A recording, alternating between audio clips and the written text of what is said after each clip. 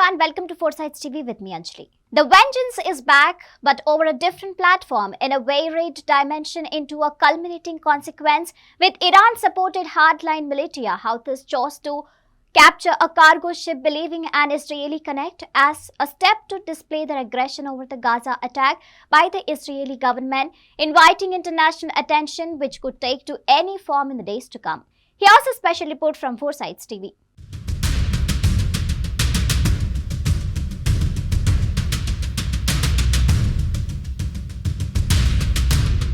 Yemen's Houthi rebels seized an Israeli-linked cargo ship in a crucial Red Sea shipping route and took its 25 crew members hostage, officials said, raising fears that regional tensions heightened over the Israel-Hamas war were playing out on a new maritime front. The Iran-backed Houthi rebels said they hijacked the ship over its connection to Israel and would continue to target ships in international waters that were linked to or owned by Israelis until the end of Israel's campaign against Gaza's Hamas rulers. The detention of the Israeli ship is a practical step that proves the seriousness of the Yemeni armed forces in waging the sea battle, regardless of its costs, and this happens to be just the beginning. Israeli Prime Minister Benjamin Netanyahu's office had blamed the Houthis for the attack on the Bahamas-flagged Galaxy Leader, a vehicle carrier affiliated with an Israeli billionaire. It said no Israelis were on board.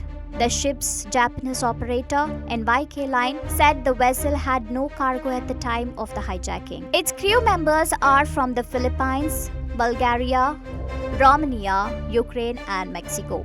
Japan also condemned the hijacking. Chief Cabinet Secretary Hirokazu Matsuno said the Japanese government was doing its utmost for an earlier release of the crew through negotiations with Houthi rebels, while also communicating with Israel and cooperating with the governments of Saudi Arabia, Oman, and Iran. The Houthis said they were treating the crew members in accordance with their Islamic values but did not elaborate on what that meant. Netanyahu's office condemned the seizure as an Iranian act of terror. The Israeli military called the hijacking a very grave incident of global consequence. Israeli officials insisted the ship was British-owned and Japanese-operated. However, ownership details in public shipping databases associated the ship's owners with rail car carriers founded by Abraham Rami Ungar, who is known as one of the richest men in Israel. Ungar, meanwhile, told he was aware of the incident but couldn't comment as he awaited details. A ship linked to him experienced an explosion in 2021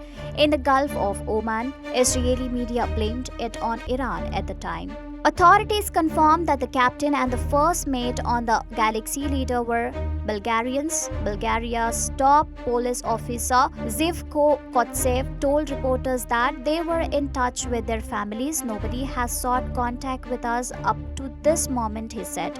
International shipping often involves a series of management companies, flags, and owners stretching across the globe in a single vessel. The ship's seizure resembles others previously conducted by Iran, which has long armed the Houthis. Twice in the last month, US warships have intercepted missiles or drones from Yemen that were believed to be headed towards Israel or posing a threat to American vessels. The USS Carney, a Navy destroyer, intercepted 3 land attack cruise missiles and several drones that were launched by Houthi forces towards the northern Red Sea last month. On November 15, the USS Thomas Hudner, another destroyer, was sailing towards the Ab el-Mandeb Strait when the crew saw a drone reported to have originated in Yemen. The ship shot down the drone over the water.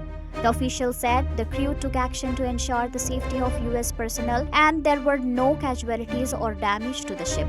Satellite tracking data from marinetraffic.com analyzed by the AP showed the Galaxy Leader traveling in the Red Sea southwest of Jeddah, Saudi Arabia, more than a day ago. The vessel had been in Corfez, Turkey, and was its way to Pipavav, India, at the time of the seizure, reported by Israel. The British military's United Kingdom Maritime Trade Operations, which provides warnings to sailors in the Persian Gulf and the wider region, put the hijacking as having occurred some 150 kilometers, that is 90 miles, off the coast of Yemen's port city of Hodeidah, near the coast of Eritrea. It later cited a security officer with the ship's company saying the vessel had been taken to Hodeida. The Red Sea, stretching from Egypt's Suez Canal to the narrow Bab el-Mandeb Strait separating the Arabian Peninsula from Africa, remains a key trade route for globally shipping and energy supplies. That's why the US Navy has stationed multiple ships in the sea since the start of Israel-Hamas war on October 7. Since 2019, a series of ships have come under attack at sea as Iran began breaking all the limits of its tattered nuclear deal with world powers. As Israel expands its devastating campaign against Hamas in the besieged Gaza Strip following the militant group's unprecedented attack on southern Israel, fears have grown that the military operations could escalate into a wider regional conflict. The Houthis have repeatedly threatened to target Israel ships in the waters of Yemen. Such attacks both back its Iranian benefactors as well as bolster the Houthis' position in Yemen as anger has grown against their rule in recent months as that country's civil war grinds on without resolution. The Houthis view the war between Israel and Hamas as an opportunity to mute some of this domestic criticism.